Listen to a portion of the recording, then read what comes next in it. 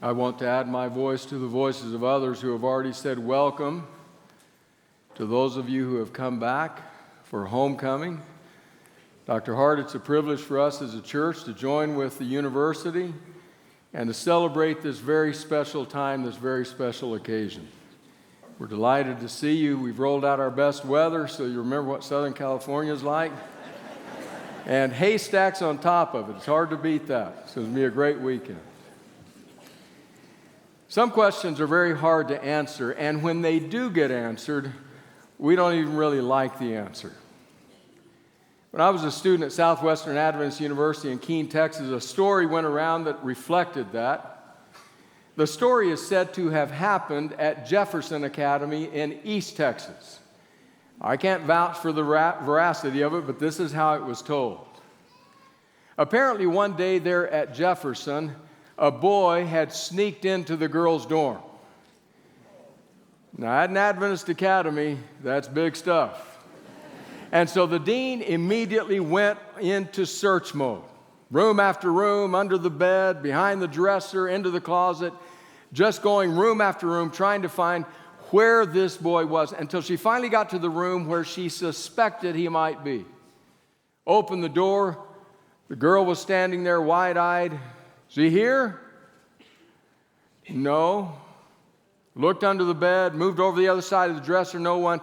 Yanked open the closet door, and there he stood, just looking at her. And then she asked one of those kinds of questions. She said, "What are you doing here?" And he apparently said, "Well, everybody's got to be somewhere."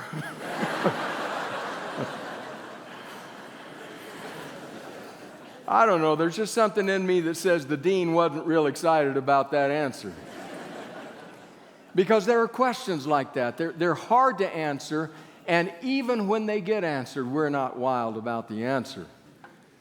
I read a story this last week out of my files. I'd read it years ago, I'd forgotten about it, but it was the story of a couple, old codger and his wife, country folk, getting ready for bed.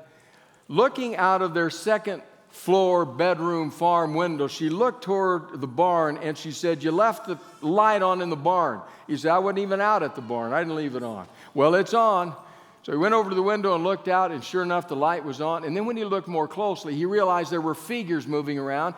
And then he realized there were people out there stealing his stuff, his equipment, his tools. He went to the phone, punched in 911, said, "You got to send police immediately. They're stealing stuff from my barn." The dispatcher said, "I'm really sorry, but where we are, we don't have any, where you are, we don't have any units in the area. It's going to be a while." "Well, how long?" "I don't know. It's going to be a while." He hung up, slammed the phone down, upset, didn't like that answer. Stewed for about 30, 45 seconds, and then dialed 911 again, got the same dispatcher. Said to her, "Don't worry about sending those officers. I shot them all." Hung it up again. Within 5 minutes, there were 4 units there. Arrested all the thieves. The officer in charge looked at him and said, "I thought you said you shot them all." He said, "I thought you said you had no units."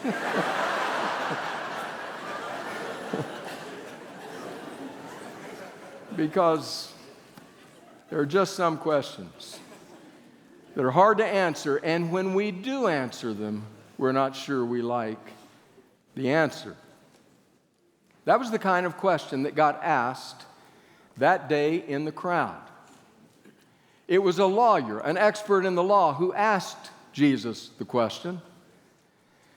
It was a question that has a tough answer, even when it does get answered. Jesus heard the question, and when you read the incident, you heard it from the doctors Hadley when they read it. It's in a certain setting. There's this kind of back and forth between Jesus and this expert in the law until finally it comes down to that question. Just who is my neighbor? In seeking to answer that question, Jesus tells the parable of the Good Samaritan. It's a parable that almost as soon as it was told went to work on Christian communities and Christian churches. It has been much at work in the 2,000 years since it was told. It's a story that has calloused hands and gnarled knees and strong arms. It's been working hard. It has influenced the Christian community, the Christian culture. It has made its way onto campuses like ours. In fact, if you happen to be a guest today, not a part of alumni, but a guest here who's new to our campus, when the service is over, walk out our doors and go a bit to the left, and there you will find them. Those sculpted figures of silent sentinels who continue to preach kindness and caregiving and grace. And it grows out of that exchange Jesus had. That question, hard to answer, and even when we get the answer, we're not sure we like it. So I went back, knowing that this weekend would involve much about service. I went back and went through my files trying to find, have we ever spent our worship time here on the parable of the Good Samaritan? And we have, one time, over 20 years ago, May of 2002. So Dr. Hart, we're going back today to that parable that is at the heart of what Loma Linda University strives to be. The incident takes place in Luke's Gospel, the 10th chapter. The doctors Hadley read it in the New International Version. I want to reread it to you in the New Living Translation. Listen to what it says, starting in verse 25. One day, an expert in religious law, a lawyer, stood up to test Jesus. This isn't a sincere conversation. He's testing him, trying to back him into a corner. To test Jesus by asking him this question: Teacher, what should I do to inherit eternal life?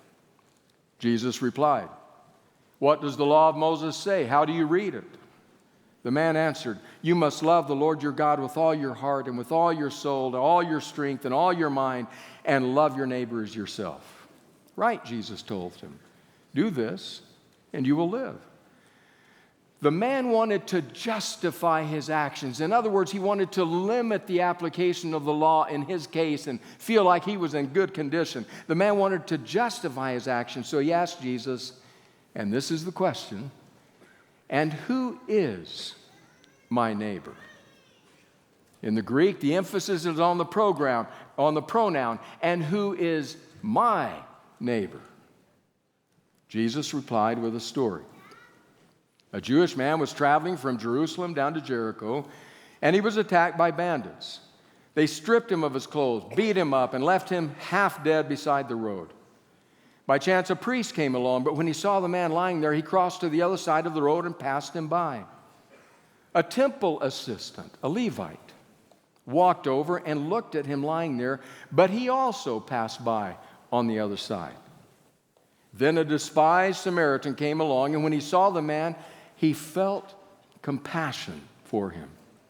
Going over to him, the Samaritan soothed his wounds with olive oil and wine and bandaged them. Then he put the man on his own donkey and took him to an inn where he took care of him. The next day he handed the innkeeper 2 silver coins, telling him, Take care of this man. If his bill runs higher than this, I'll pay you the next time I'm here. Now, which of these 3 would you say was a neighbor to the man who was attacked by bandits? Jesus asked. The man replied, The one who showed him mercy. Then Jesus said, Yes, now go and do the same. It's not really an honest question. He's trying to justify himself, trying to figure out a way that this doesn't apply to him. But the question does get asked, and who is my neighbor? And the story follows. So first, the setting. The setting is what gets called the Jericho Road. It's a road about 17 miles long that runs between Jerusalem and Jericho. We were privileged to be there 2 or 3 years ago, to stand on one side of a canyon and look across, and we could see etched into the wall of the canyon on the other side what is called the Jericho Road. It's a rough road. It's in a desert area, rocky, mountainous, caverns, ravines, switchbacks. In fact, enough switchbacks to deal with the fact that Jerusalem is some 2,600 feet above sea level, and Jericho, depending where you are, is some maybe 800, 900 feet below sea level. So up to 3,300 feet of elevation change in 17 miles. That's the setting down this twisting, winding road. Not a safe place. Place where many could hide. A dangerous road. That's the setting. The characters. The first character is the traveler. Now you can imagine the conversation at home before he left. Got to go to Jericho. Jericho, please. Got to go. You're not going alone. The others can't go right now. They'll go the next day. I don't want you going down that road by yourself. That's enough. I've got to go. Well, can't it wait? No, it can't wait. I'll be fine. You may not be fine. I'll be fine. Now, enough. I'll be fine. And off he goes. The twistbacks, the turns, the descent. Enter the next characters. The robbers, the bandits.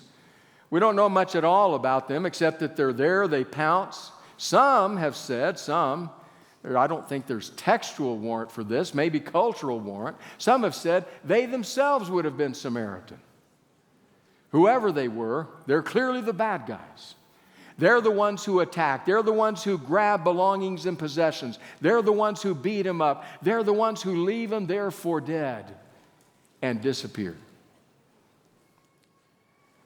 The next character, the priest, the pastor.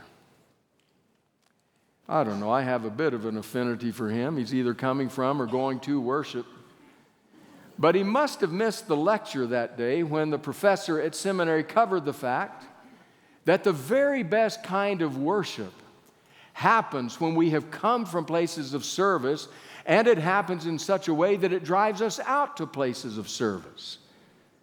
He must have missed that day because he went by on the other side. Now, I'll tell you, when we looked at the portion of the road that we saw, it's on my bucket list to walk that road, but it's almost as dangerous today as it was then, apparently. When I saw that road, I thought, that is not very wide. To walk by on the other side, you have to be, at least in that section of the road, very intent about going around, avoiding. And so the priest comes by. Why? I don't know. Didn't want to touch blood. Didn't want to be ceremonially defiled. Passes by. Next, the Levite. Elder, deacon, I don't know. Very kind of person called to acts of mercy. Walks by. And then comes the Samaritan. Now, the New Living Translation helps us by inserting the word a despised Samaritan. That's exactly how those in the crowd that day listening to Jesus would have felt about this person. When I look at my Bible and I look at the heading, it's likely the same in yours. I look at the heading, it says the parable of the Good Samaritan. That's not in the original text. Nobody there in that crowd that day would have called this the Good Samaritan story. That's an oxymoron in that world. It's a misnomer. It's like saying, I was at Loma Linda. I saw a lot of stress-free dental students. I saw a lot of anxiety-free medical students. Looking around your neighborhood and town, you say, oh yeah, that's that person. They're always at peace. They're a small business owner. Or if you want to move it more into a moral arena, you say, I had a wonderful conversation last night with a virtuous lady of the night. And you say, what? These kinds of terms don't go together. They don't match precisely. It matches for us because we become so used to calling it that, the Good Samaritan. Not so in the world of Jesus. And yet here he comes, stopping, helping, investing himself, following through. That's that character. And then there's a character right at the end, just a cameo appearance, the innkeeper, the one who receives the charge and is going to care for him. So there you have the setting, and there you have the characters. It doesn't take much more than that to begin asking questions about this story, to begin asking, wait a minute, who are the good guys and who are the bad guys? Because the one I thought were the good guys aren't looking so good, and the one that was the bad guy there is looking so good. History has named him the Good Samaritan. What's going on here in this story? New Testament scholar Mary Hinkle Shore writes this about this parable. Preachers, she writes, often spend a lot of time explaining why the priest and Levite would behave in such a detached way towards someone who was suffering. Were the two frightened that the man in the ditch was a decoy? Were they seeking perhaps to avoid interacting with a man's blood or to avoid incurring corpse impurity if the man were dead? Readers of the parable may speculate about why religious leaders would choose to pass by someone who needed their help, but in fact, Jesus offers no answer to the question at all. Jesus does, however, report why the Samaritan stopped. He was moved with pity. In the New Testament, the verb splanchnizomai is used to refer to three characters in parables, 3 times in characters in parables. The father of the prodigal son, the master who forgives an astronomical debt to a servant, and the Samaritan. The other 9 New Testament occurrences of the verb all have Jesus as their subject. In every case, to feel such compassion is to be moved to extraordinary action. Luke, in other words, is saying, this bad guy acts like the very best person. He is Christ-like in what he did. No wonder then that over the years, not only the years of our lives, but over the centuries of Christian faith, the main lesson that emerges from this story is that our neighbor is anyone who needs our help. Our neighbor is anyone who needs help. It's a very simple lesson. It's complicated and it's difficult to live, but it's simple to understand. What do we do with the panhandler who's asking money? What do we do? What do we do with the patient who comes with no health insurance? How do we respond? How do we respond to people on our streets in encampments? How do we interact? It's a simple lesson to understand. It's a complicated lesson to live. Lee Aveling, one of the chaplains up at the medical center, shared with me about a time when he pulled over and stopped at night. Car broken down, stopped beside the road, backed up, was just preparing to turn off the key and to step out when suddenly he saw several dark shadows racing out of the bushes, carrying what looked like to be chains, headed for his car. So I crammed it in gear and took off. It's an easy lesson to understand. It's a complicated one to live. I have tried, unsuccessfully many times, but tried not to let my questions about their motives become reasons to harden my heart. But even that is hard to live. So it leaves me wondering, is there another lesson also contained in this parable? One that we haven't been as quick to see, as quick to recognize, one that can also apply to us. Because you see, when we have viewed this parable, when we read it, throughout my life anyway, we have viewed it through the eyes and through the experiences of the priest and the Levite and the Samaritan, going down the road of life. Here is somebody whom life has battered. This is my neighbor. I need to respond in some way to help. That's where our lesson for this parable comes from. Our neighbor is someone who needs our help. But what if we view it not through their eyes, but through the eyes of the injured man? As you saw, the NLT says he was no doubt Jewish. Robert Farrar Capon, in one of his books on the parable, says this: the man who fell among thieves presumably was Jewish.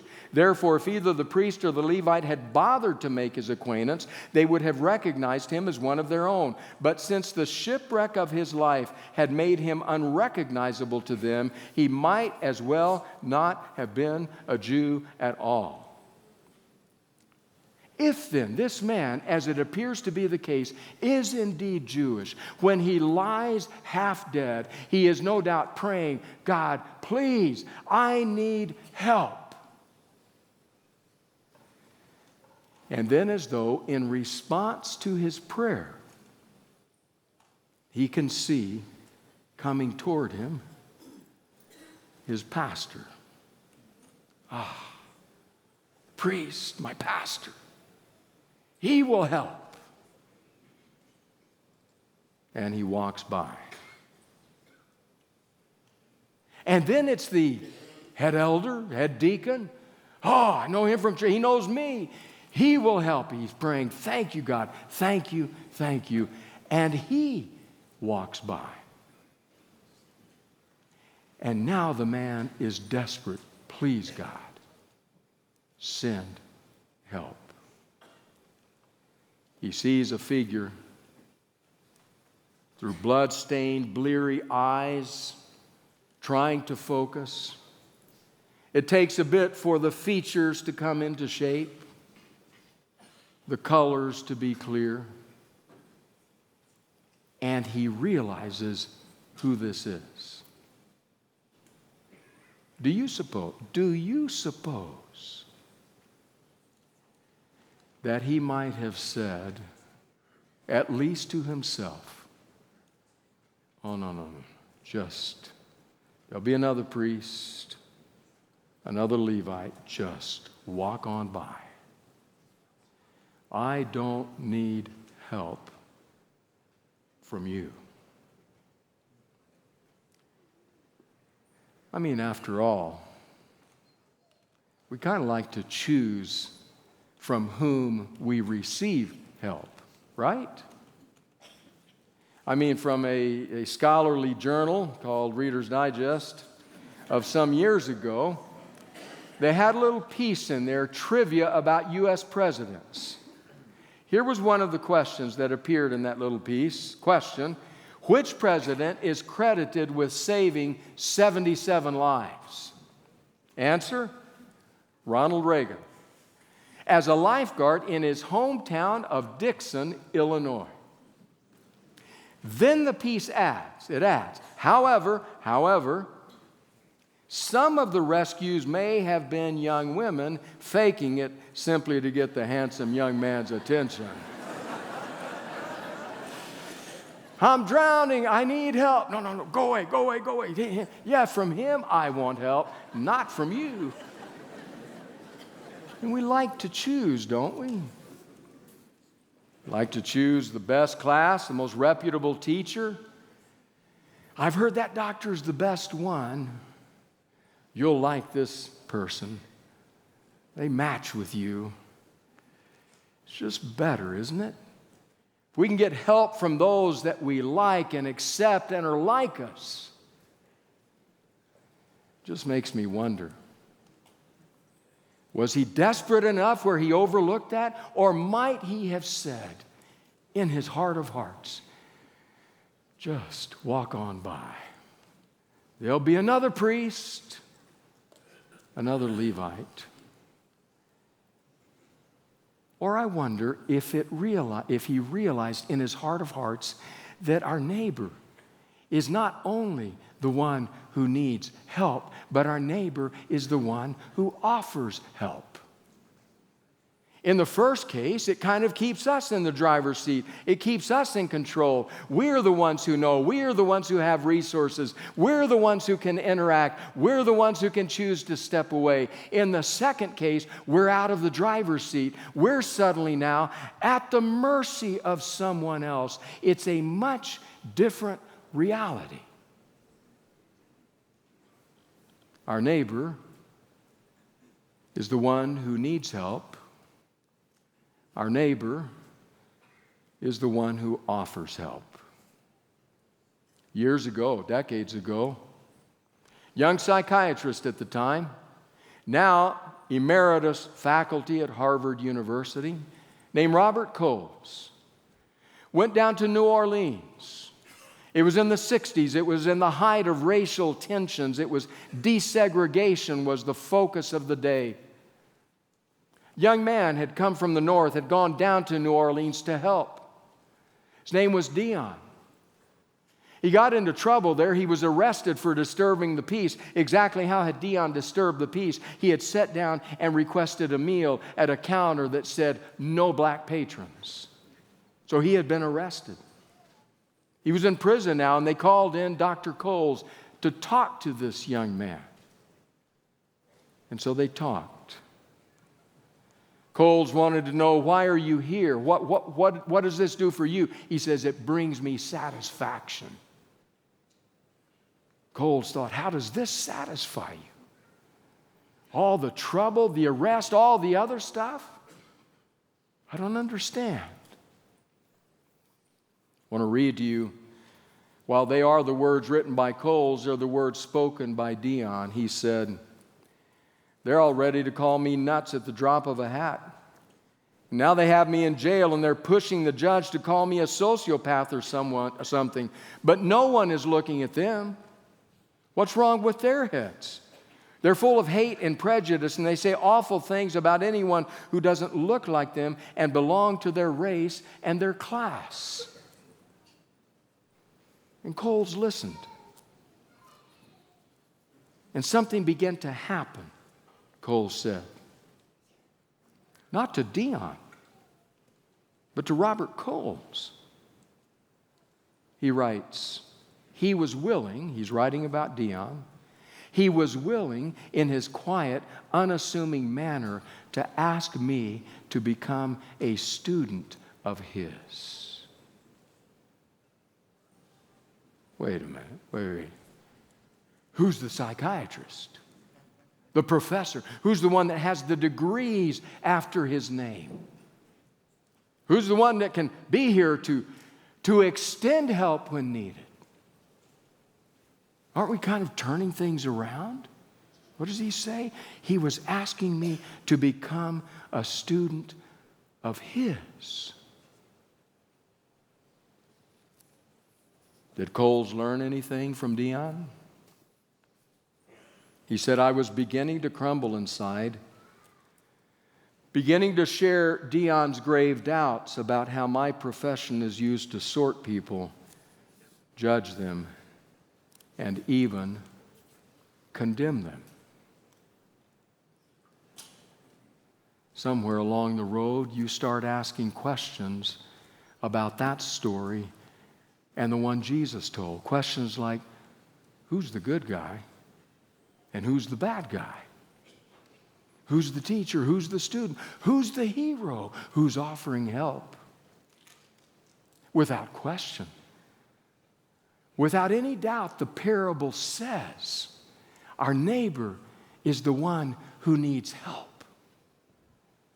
But at a deeper level, maybe it is also telling us our neighbor is the one who offers help.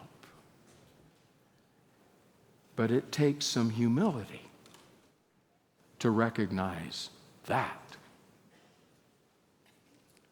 I want to ask you to do something, if you would. Before you leave this campus, if you're here for homecoming, or if you live here, as soon as you can. I want to ask you to walk out of this sanctuary and turn left and walk over to that central statue on our campus, the Good Samaritan. Stand there and take it in. Take note of the priest, head raised a bit, almost as though he's above all this. Take note of the Levite, who turns as though in a bit of a moral quandary. Notice the broken and battered body of the injured man. And then focus on the Samaritan, the Good Samaritan. And you will notice that Alan Collins, the sculptor, sculpted him to be African American. This was many years ago. And there's a story. It was told to me by Dr. Hart Gus Cheatham. Gus Cheatham was one of our senior VPs. I don't remember what we called it at the time, but community relations, PR, those kinds of things. And one day he told me a story about the Good Samaritan statue. Because you see, it hasn't always been encased in whatever hard shell now encases it. It was sandstone. Residents of Loma and the university woke up one day to discover that the Good Samaritan had been decapitated. What happened? People were horrified. What in the world? They investigated things. They tried to find out. They asked questions. They talked to people. Gus said, we never found out with certainty who or why.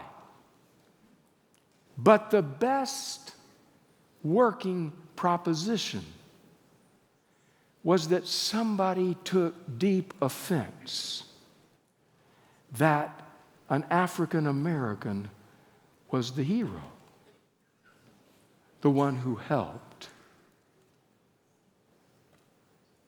One does wonder. Why? And so it was replaced and encased. So stand. Take it in. I don't know who it is in your life. I don't know who that Samaritan is who will be hard to receive help from. But we all have them. As we look at that statue, as you take it in, remember, it is our call to respond to our neighbors who need help. But maybe it's also a call to humility, to recognize when I need help, I will take it from whomever God sends with gratitude. And so the lawyer stood asking, and who is my neighbor? And Jesus told the story. Story that he may not have liked, an answer that he may not have wanted, that ended with a question of its own.